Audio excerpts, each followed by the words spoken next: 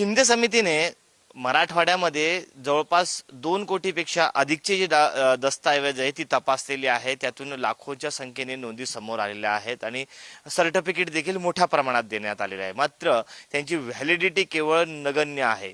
फक्त 8,000 लोकांनाच ती व्हॅलिडिटी देण्यात आलेली आहे. या सर्व विषयावर बोलण्यासाठी मराठा समाजाचे अभ्यासक, आरक्षणाचे अभ्यासक बाळासाहेब सराठे सर आपल्या सोबत आहेत. सर, हा आकडा पाहता काय वाटतं? नाही, एकंदरीत 2,38,000 नोंदी मराठवाड्यात सापडल्या आणि 47,000 प्रमाणपत्र आतापर्यंत इश्यू झालेले आहेत. तसं प्रमाणपत्र इश्यू होण्याचं प्रमाणही कमीच आहे, परंतु 47,000 मध्ये 8,000 या ठिकाणी प्रमाण व्हॅलिड झालेले आहेत, त्याला म्हणजे व्हॅलिडिटी झालेली आहे. त्याचं कारण असं आहे की अनेक अजून अर्ज प्रलंबित आहेत असं एकंदरीत सरकारच्याही ध्यानात आलं. त्यामुळे काल जेव्हा त्यांनी मागण्या मंजूर केल्या त्याच्यामध्ये हा एक मुद्दा घेतलेला आहे की 90 दिवसाच्या आत सर्टिफिकेट इश्यू करून व्हॅलिडिटी देण्याचं बंधन घालण्यात आलेलं आहे आणि सरकारने त्याच्यावर उपाय केलेला आहे. खरं म्हणजे कालच्या त्यांनी जी कमिटमेंट दिली त्याच्यामध्ये. म्हणजे मग आता हा जो प्रमाण आहे हा वाढवण्यासाठी, व्हॅलिडिटी वाढवण्यासाठी प्रशासन स्तरावरती शासन काय काय करणं गरजेचं आहे तुम्हाला? त्याच्यामध्ये काय होतं, व्हॅलिडिटी मध्ये आता जेव्हा शिंदे समितीची रचना झाली त्याच्यामध्ये केवळ एखादी नोंद सापडली तरी अर्ज करता येतो. आता हे आधीच 28 फेब्रुवारी 2018च्या सर्क्युलरनुसार पण असं आहे. म्हणजे आधीपासूनच प्रमाणपत्र देण्यासाठी सरकारने अनेक सर्क्युलर काढलेले आहेत आणि एखाद्या ठिकाणी नोंद सापडली तरी त्याला कुणबीसाठी अर्ज करता येतो. पण ती नोंद 4 पिढ्या आधीची, 5 पिढ्या आधीची, 1800 आणि 1900च्या दरम्यानच्या नोंदी आहेत त्या. त्यामुळे तिथे जे त्यांचे नातेवाईक होते, पूर्वज होते, त्यांना आजपर्यंत आणताना त्याला सपोर्टिंग डॉक्युमेंट मिळत नाही आणि व्हॅलिडिटी सेक्शन मधले जे लोक आहेत ते अडून बसलेले आहेत की ते तुमचेच पूर्वज कशावरून.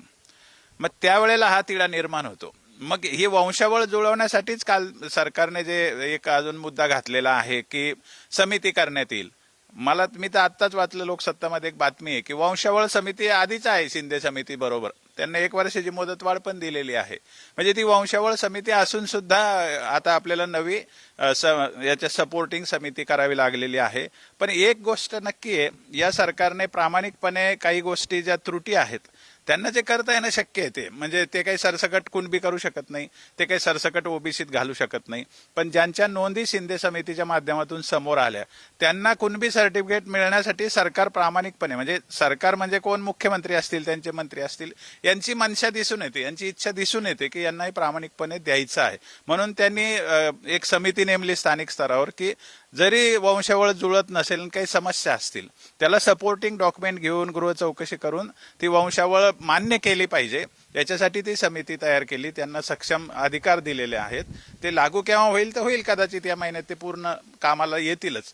त्याच्याशिवाय जे दाखल करतात अर्ज, त्यांनी अर्ज दाखल करण्यापूर्वी तिथे सविस्तर माहिती घेतली पाहिजे की हे डॉक्युमेंट नसेल तर काय देता येतं, ते नसेल तर आणखी काय देता येतं. समजा वंशावळ जुळत नसेल तर मग कोणाचं प्रतिज्ञापत्र देता येतं का, पंचायतची साक्ष देता येते का, गावातल्या ग्रामसभेचा ठराव देता येतो का, हे पर्याय काढायला पाहिजे.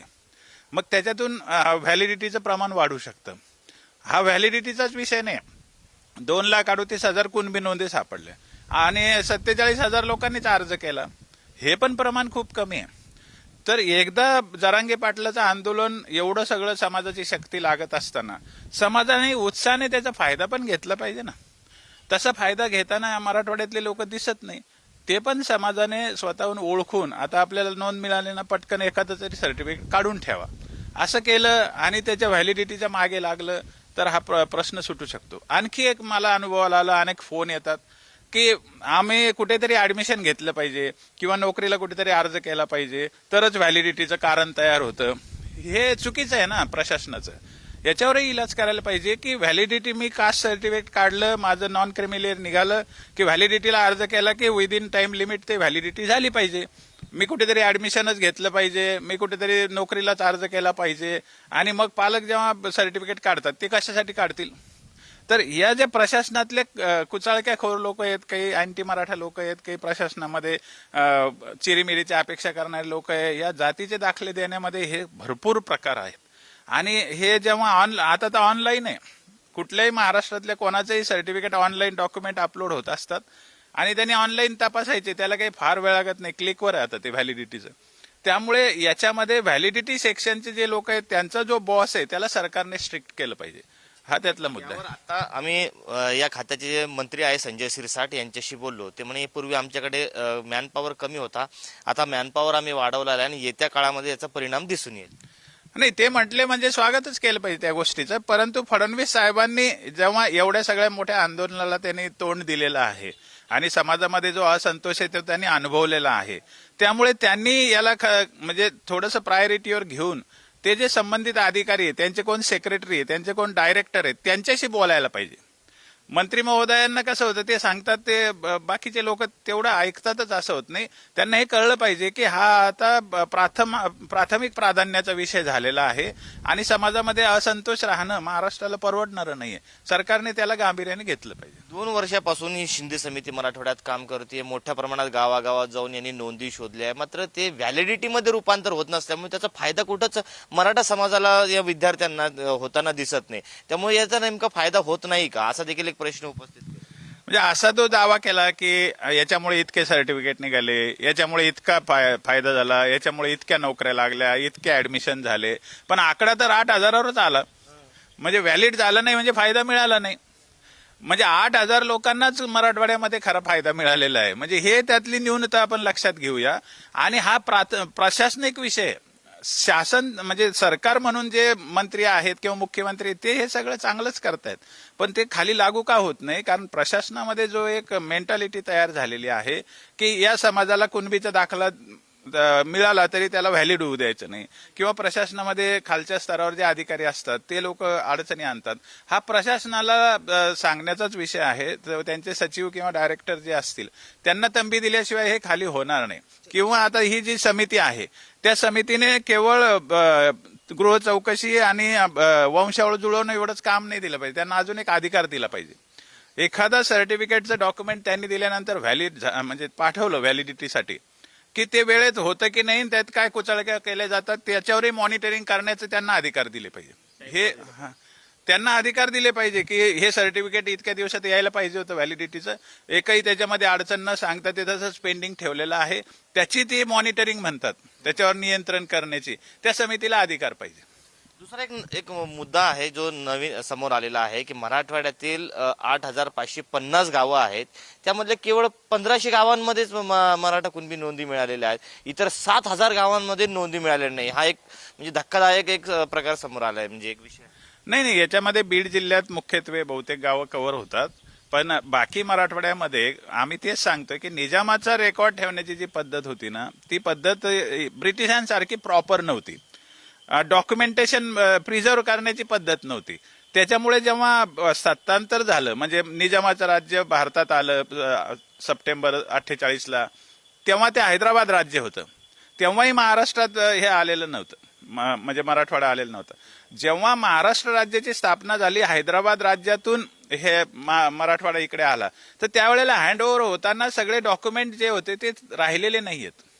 हा डॉक्युमेंट आता नमुना 33-34 जर सगळ्या तालुक्यात मिळाला असता, त्याच्यामध्ये गावाच्या नमुना 33-34 मध्ये सगळ्यांच्या जुन्या जनगणनेसारख्या नोंदी आहेत, त्यात जात लिहिलेली. ते गहाळ केले गेले डॉक्युमेंट किंवा जळाले म्हणून सांगतात किंवा वर टाकून देतात तिथले अधिकारी आणि मिळत नाही म्हणून सांगतात.